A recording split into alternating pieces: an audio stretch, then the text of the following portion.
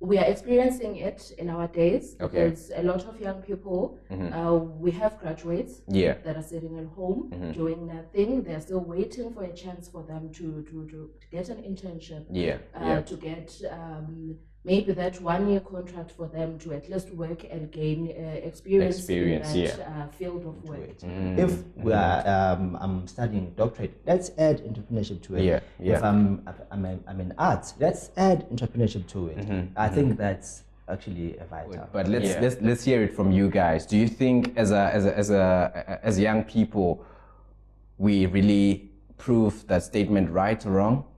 Are we lazy?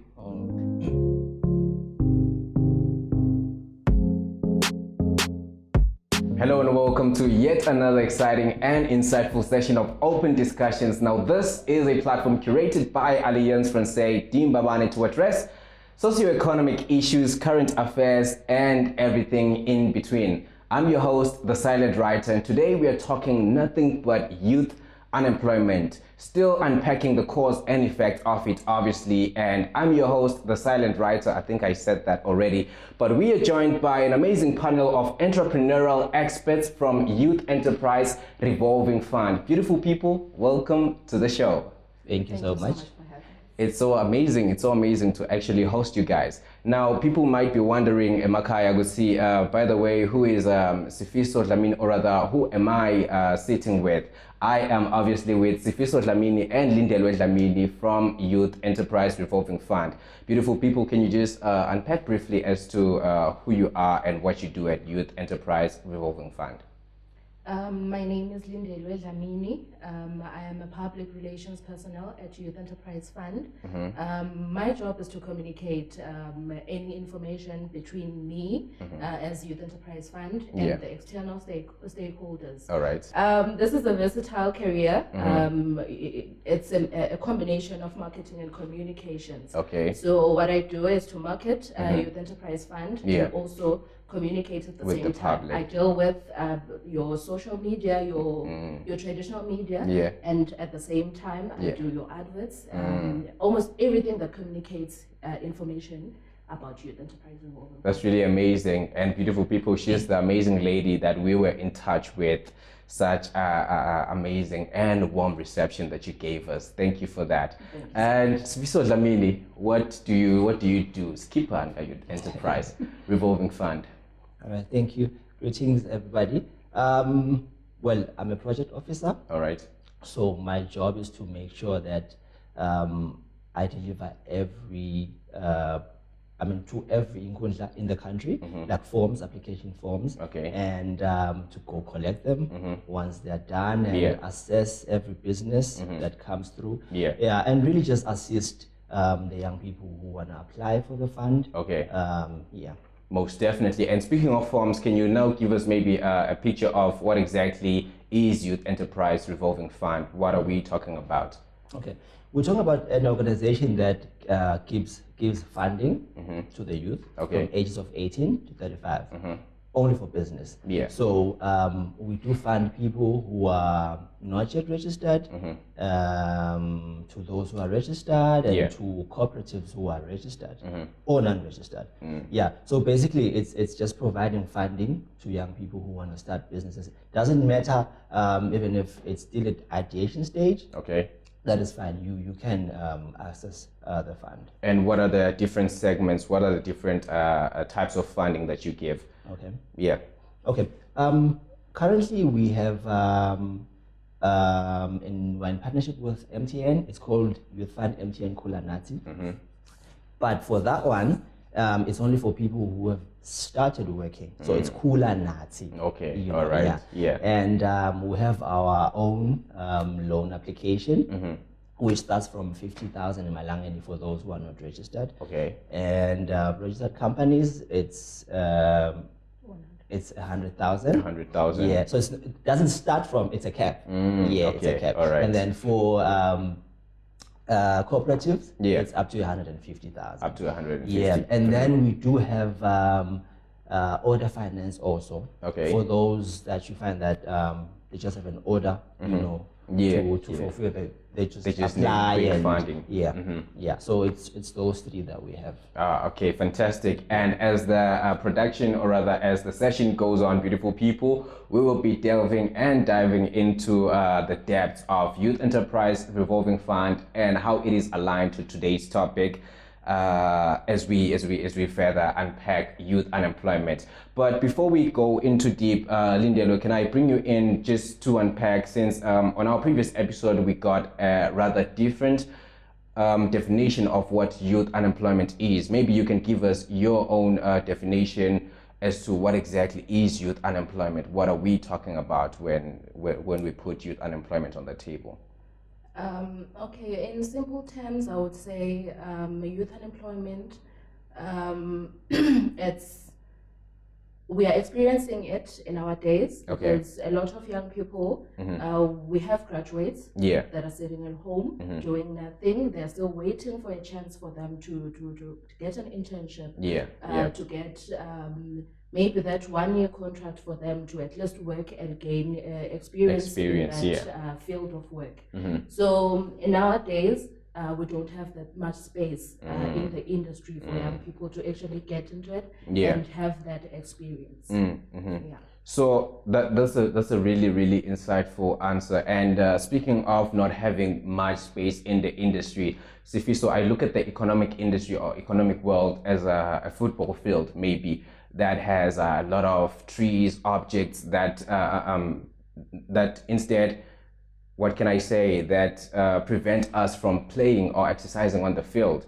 So that means you cannot be active on the field. The industry is closed. How can we clear the field? How can we, because in my example, we can clear the field by cutting off the trees, removing all the objects. But in the economic world, how can we clear the industry? How can we open it up so that a lot of the graduates that she speaks of can be active in the field? And at the end of the day, we have an economy that is active in the country. Okay. Firstly, you were asking about youth unemployment, right? Now, coming to your question, I should say youth unemployment means these people are actively looking for jobs, exactly, but they're not finding any, right?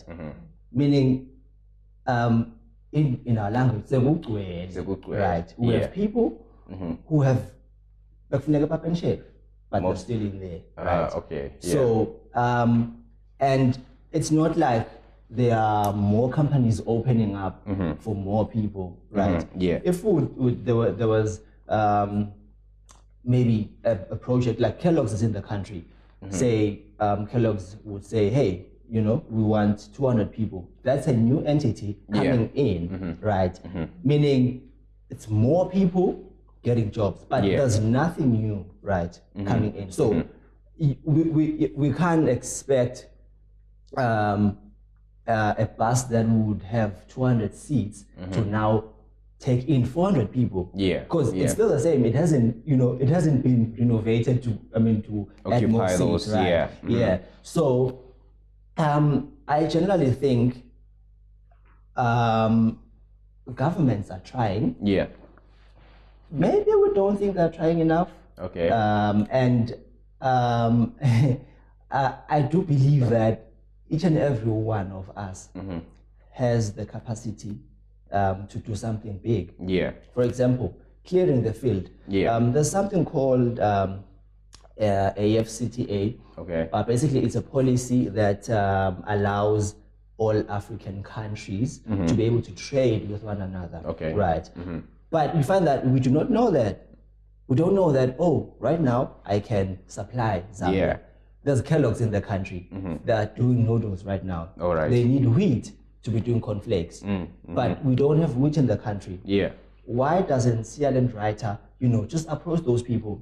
Hey, can I just supply you with wheat, maybe don't go alone. Go with 20 more other people from your community. Because you guys are going to be supplying in larger quantities. That makes a difference, right? Indeed, it does. And I'd love to have you unpack more in detail as to how is it possible that we have, saturated industry, yet we are still producing graduates. You know, how is it possible that the companies, or rather the economic world, is saturated, yet we still produce graduates? We have companies saturated with marketing officers, yet we still have the course taught at school. You know, why don't we then come up with different courses? But before you take up that one, I don't know if Lindelwe, you'd love to add on what he has said about clearing the land, and about whether or not the economy can be made more active. I think we can. There is still space for growth.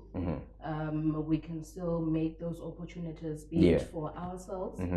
Since Youth Enterprise Fund, we are saying start something on your own, something small. The moment you start something small, another person can get the opportunity to come to work in your organization or small business. So the bigger companies now may need experience in a certain field. So you can create something small for a person to come work with you, even if they are just fresh from the tertiary. They can come in and work with you before they go there, or even before they start their own. In that way, you are helping a younger person or another young person as you to have experience in the field on how to do things, how should you treat yourself in and how you can clear the land on your own without waiting for government, maybe. In short, the ball is still in your court. Indeed, the ball is in your court, ladies and gentlemen, and this is Open Discussions. Likewise, this discussion is in your court, it's in your hands. Leave your comments on the comment section. We'd love to know what you think.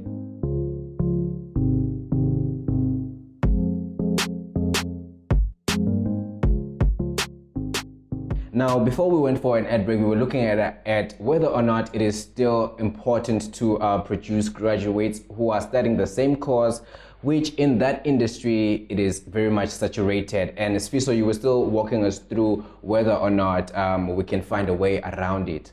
You know, whether or not we can end up clearing the land, opening the economic world, opening the industry, or we should look at our courses, the courses that graduates or rather university students are learning.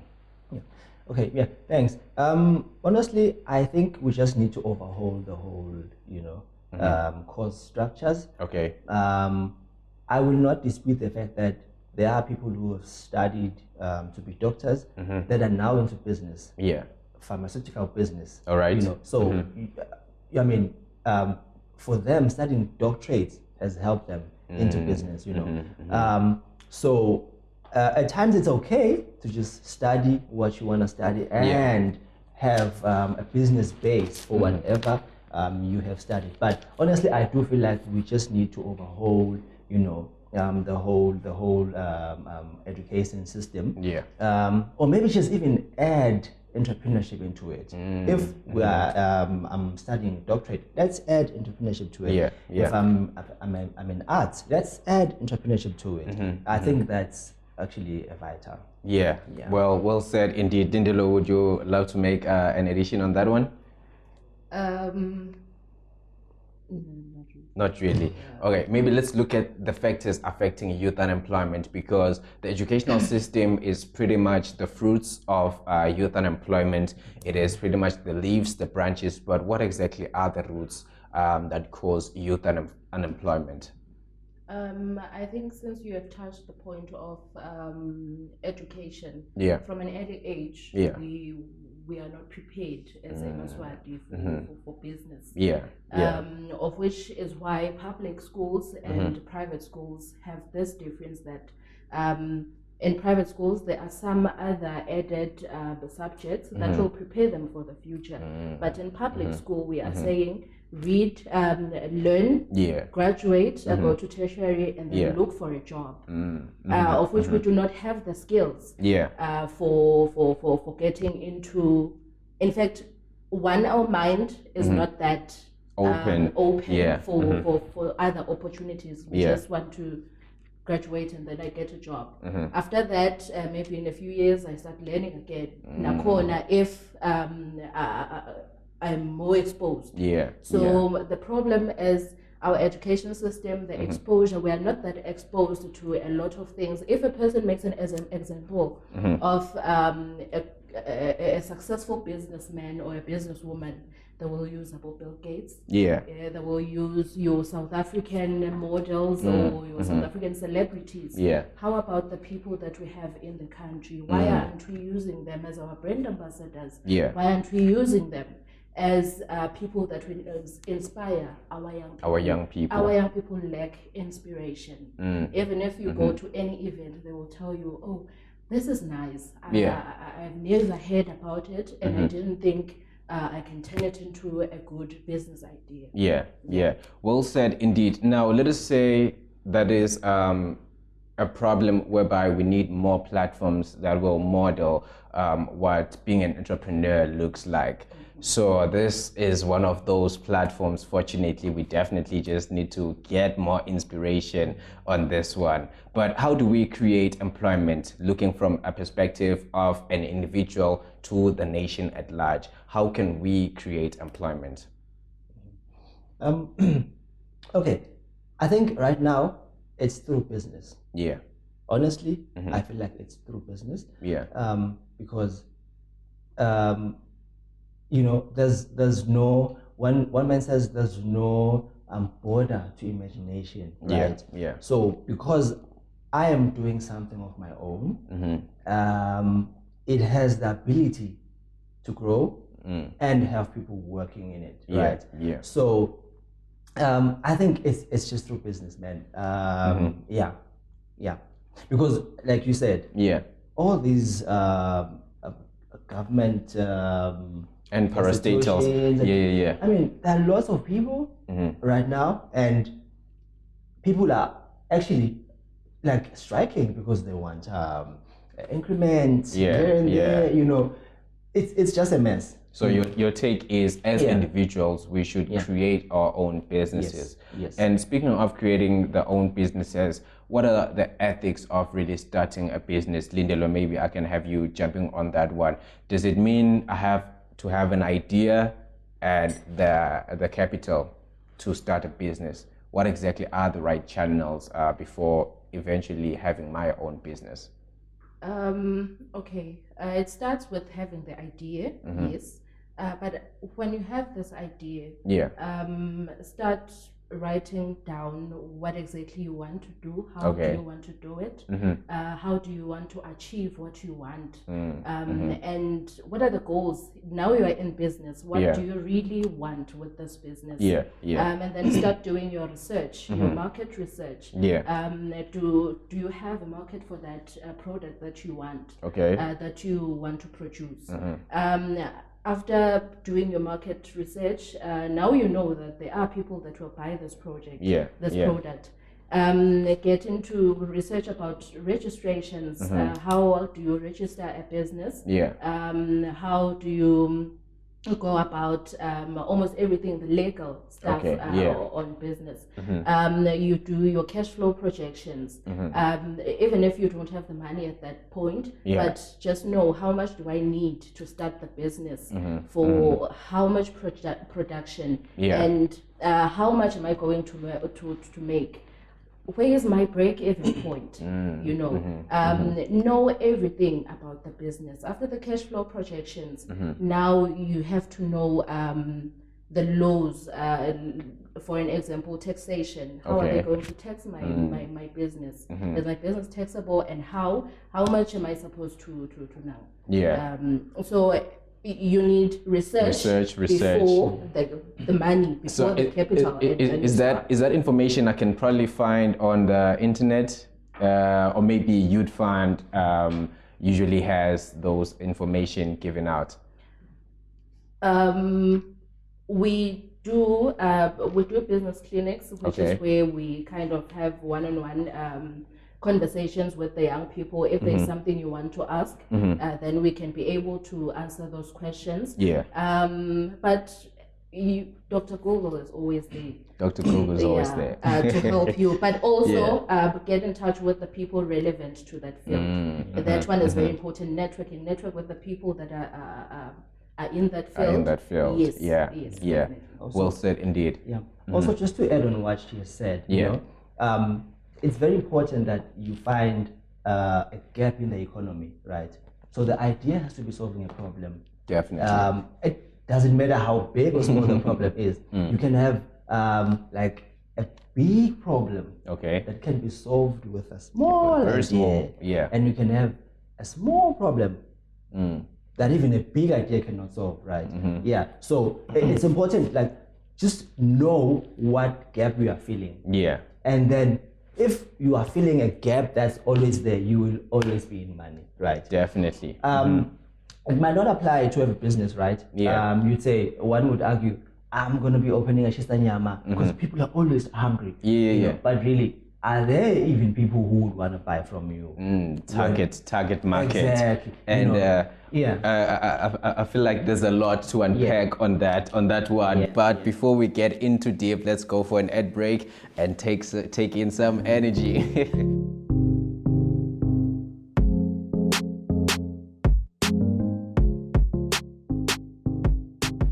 Welcome back to the Open Discussions. You are still tuned into it, and we are talking about youth unemployment, the cause and effects. But today we are joined by Youth Enterprise Revolving Fund. Now, how relevant is that? Not only are we looking at their cause and effects, but we are also looking at how you can end unemployment as an individual. Now, Sifiso, you were talking about how we need to resort to self-employment, starting our own businesses instead of waiting on government or parastatals. Can we now break it down as to how do we raise the capital? How do we actually raise the right resources for us to, for individuals rather, to start that business? And with that being said, how do we get the funding from Youth Enterprise Revolving Fund? Sorry, I should direct that one to Lindelwe. Lindelwe, how do we acquire the funding from Youth Enterprise Revolving Fund? Okay, we have application forms that are available on our website that are available at Dinkundla. Yeah. And also we have a WhatsApp line whereby you can just text us and say, can you please send me an application form? We're able to send it to you. You fill it and go sign at Umphakathi in Nkundla. Then there are attachments. At the back of the form, there is a checklist at the bottom of which you have all the attachments. It's for all the categories that we fund. So you choose what is applicable to you. If you're an unregistered, in fact, for all the categories, we have 5 that are compulsory for all of them. All right. That's the business plan, market confirmations. The business plan must have cash flow projections, of course, projected to 3 years. Maximum it's 5 years. Market confirmations, land rights. That's a lease agreement or a letter from Umphakathi if you'll be working at an Umphakathi area. Then you have quotations. Youth Fund does not give you the cash, but we pay the supplier directly to the supplier. So we need quotations for whatever that you want us to help you with to buy. Then lastly, it's proof of technical expertise. If you have the technical skills for that business, it may be your CV or your qualifications. If you're not the person with the qualifications, maybe you have a project manager. You attach your project manager's CV. Very well indeed. But I am intrigued to know, what if I do not have a supplier, or rather this kind of business does not have a supplier? For example, I'm into videography, and it's a matter of I get the equipment, I get the team, and we go on site. Who do you pay in that case as a Youth Enterprise Revolving Fund? When you apply, in your business plan, you would outline what is it exactly that you would want us to help you with. For an example, the equipment. The equipment, you have a Canon, you have those relevant suppliers, gadgets, be it in the country or outside the country. You can quote outside the country. So we need 3 quotations for each item. Yes. So you just attach those 3 quotations, but then we can pay in one though. Not all 3. Not just all. one. Most definitely. And as Mlangen, would you like to make an addition on that one? Well, she's said pretty much everything. Okay. Yeah, but my addition would just be like, it's so vital. It's something that we need. What is that? 3 quotations. Oh, 3 quotations. Yeah. So some businesses usually have like maybe just one supplier in the country. Yeah. Hence, it's okay, to quote from outside the country. And one other important thing is that if you are quoting for something outside the country, it's important to mind the shipping costs, because they should be included in the amount you are applying for. But is it ever possible whereby you have a case where that business does not really have a supplier? And if there's something like that, who do you direct the money to? Okay. What usually happens is that some businesses do not have legitimate suppliers. Like people who want to do feedlots. Yeah. They buy the cow from a neighbor, right? He doesn't have like a proper business, Yeah. So we do ask them to at least write on paper, write their numbers, so that we can contact them. And, yeah. Definitely. And as it has been said before, now let us correct those misconceptions around youth unemployment. It has been said countless times that young people are lazy, and rather the black society breeds lazy people, which I believe, but let me not get into that. It's not about me. It's a it's a platform open to everyone to share. To everyone for their input. But let's hear it from you guys. Do you think as young people we really prove that statement right or wrong? Are we lazy? I think people are demotivated. Okay. Yeah.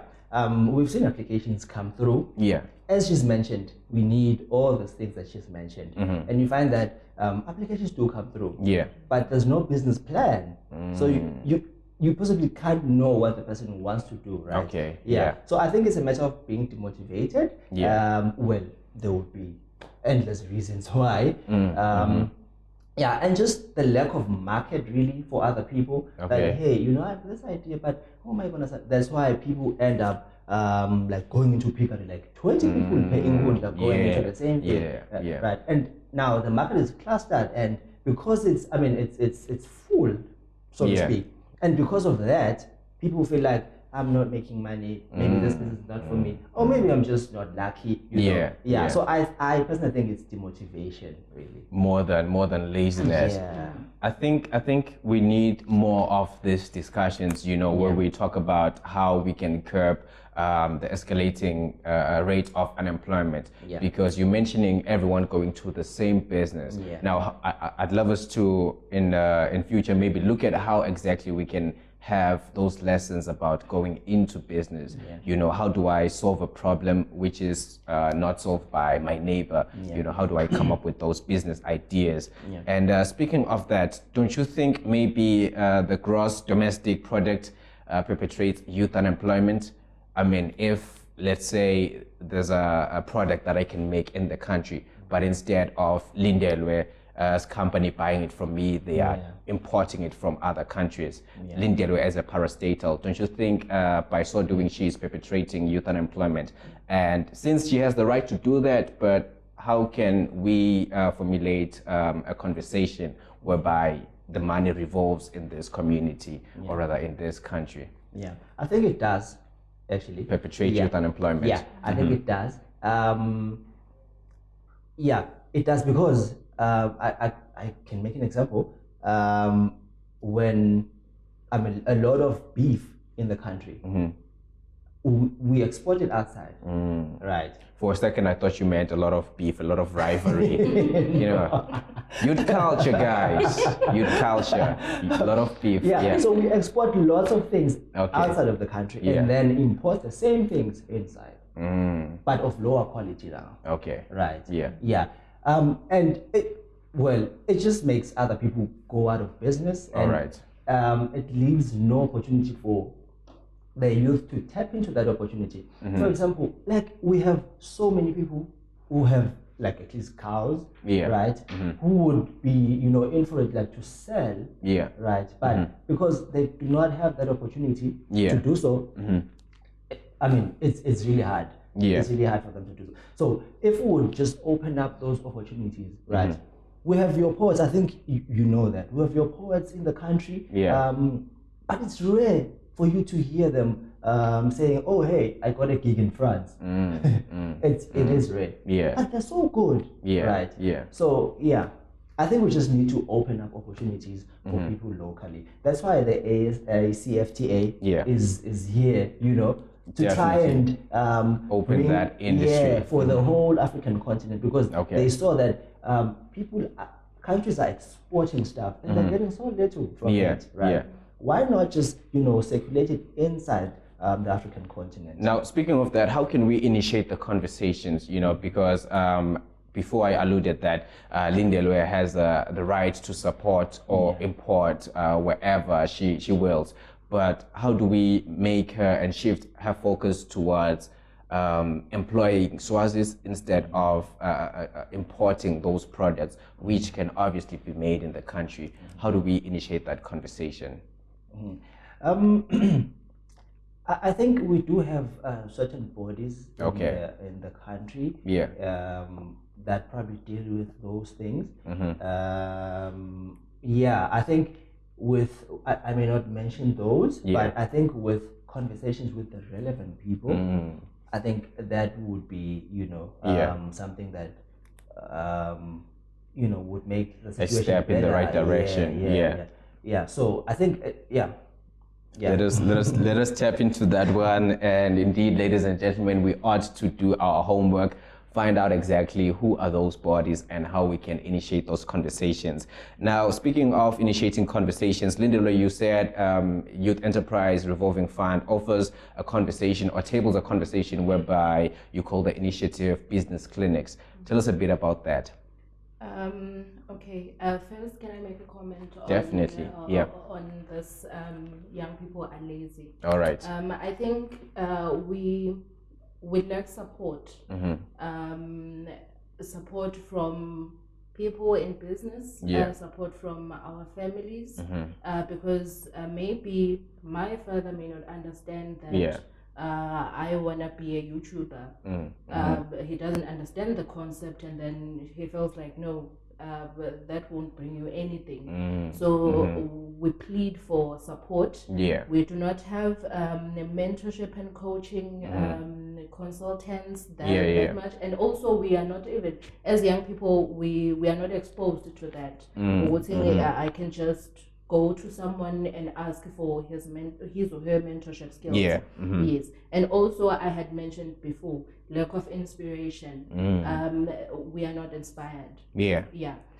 So coming to business clinics, it is not only a public awareness project, but we do it quarterly just to have, as much as we go there for presentations about Youth Enterprise Fund, but also we also talk to the young people, get to know what are their challenges, get to know how can we help them, how do they want us to help them in their application processes. You can ask us anything when we're there. We, as I had mentioned, it's quarterly, meaning we choose all right. The minimum it's 10. We go to about 10 minimum. So you go to the constituencies instead of them coming to the offices. We go to them. To have those conversations. Okay, tell us a bit about the open call. How frequent do you visit the constituencies? We open 4 times a year. In a normal situation with no COVID. We open 4 times a year, of which even the business clinics are 4 times a year, just before the opening, so that we get there and we talk to you. By the time we open, you are ready and you have done your own research. All right. Yes. Now, let's say maybe I missed the opportunity to interact with you guys. Do you have maybe digital business clinics? No, for now. But we have an open line where you can call at from 8 to 5 working days. All right. So you can call and ask us anything. We have Facebook page, the Youth Enterprise Revolving Fund Eswatini. All right. We have Twitter and Instagram at fund_SZ. We are there for the young people. You are always there for the young people. And that's really amazing, because we need a YAF more than we need anything else, you know, in this current era. And speaking of the resources or the services that you provide, maybe Sfiso, you can also jump on those ones in closing and in sharing your remarks, the remarks, or rather closing remarks from Youth Enterprise Revolving Fund. Okay. What I just say is that, you know, the youth fund is open for everyone. Yeah. Right. There's a wise man who said, he mentioned 3 H's. It's your heart, your head, your heart, and your hands. Right. So, with regards to your head, make sure you capacitate yourself. Okay. You know, with every information that you can find. Yeah. And your heart should be in the right place. Like, if you want to go into business, do it for the right reasons, right? Yeah. And your hands be willing to work, right? Yeah. Be willing to work. The youth fund is there, and we're getting applications every now and then. Yeah. But you find that it's not everyone who has, you know, their heart into this thing. Yeah. Because they bring in, some bring in, you know, attachments that are not really, you know, what we ask, what we ask for. So, I last words. I mean, you can still achieve. You can still do what has been done and achieve what has been achieved. That's really fantastic. Lindelwe, closing remarks from you, and please, we'll also come back to you, Sfiso, for contact details and how we can be in touch with you guys. But now there's a young person who's watching, and they are unemployed, drowning in anxiety, so stressed about the situation. What can you say to those people? I would say not only youth fund, but I would like to say there is someone there who is willing to help. Yeah. As a young person, you may think this is the end of the world for you, but there is a person that is always there for you. Yes. But let's build relationships, not only business relationships, and also the other relationships. They have an impact in your life. Most so definitely. Maybe friends, they can support you. May it be business people, they may also support you. So don't die alone. Don't die alone. Yeah. And actually, one man once said, it is easier for me to help you on a highway when I see you pushing the car than me helping you when I see you just asking for a lift. You know, so in short, he was saying it is easier for me to help you when I look at you trying to help yourself, you know. So instead of waiting on help yourself, and someone will find you along the way. Closing remarks, Nkosi, before we wrap up. Well, thank you for having us. You know, it's a pleasure. And I believe that young people are going to be, you know, just going out there and pushing. Like we said, just find a gap in the economy and make sure you fit in there. You know, when you're having supper and a big table and it's like, and you find like one small piece and put it in there, right? Everyone in the table is happy. You know? It's just one small thing, you know. So just find a gap in the economy. Make sure that your idea has a marketable value, and you take time and study the industry. Take time and study the industry. And how can we get a hold of Youth Enterprise Revolving Fund? Any contact details, maybe? Okay. We use WhatsApp. Okay. +268 7 6 064 002. Yeah. Definitely, we're gonna also have it on the screen. 76064002 and 79064002. All right. YouTube chat. Website links, email addresses that you can share with us. Our website is www.yef.co.sz, and email is info@yef.co.sz. Very well, ladies and gentlemen, for your information, or rather for any other questions that you have, contact the details that are showing on the screen. You can also touch base with us here at Alliance Francaise de Mbabane for all the information that you think maybe you missed out from this open discussion, or if you have any questions. The conversation, the production, the discussion rather goes on even after this shoot. So do leave your comments on the comment section. We'd love to know what you think about this shoot. Otherwise, from me and the rest of the team, it's love and light.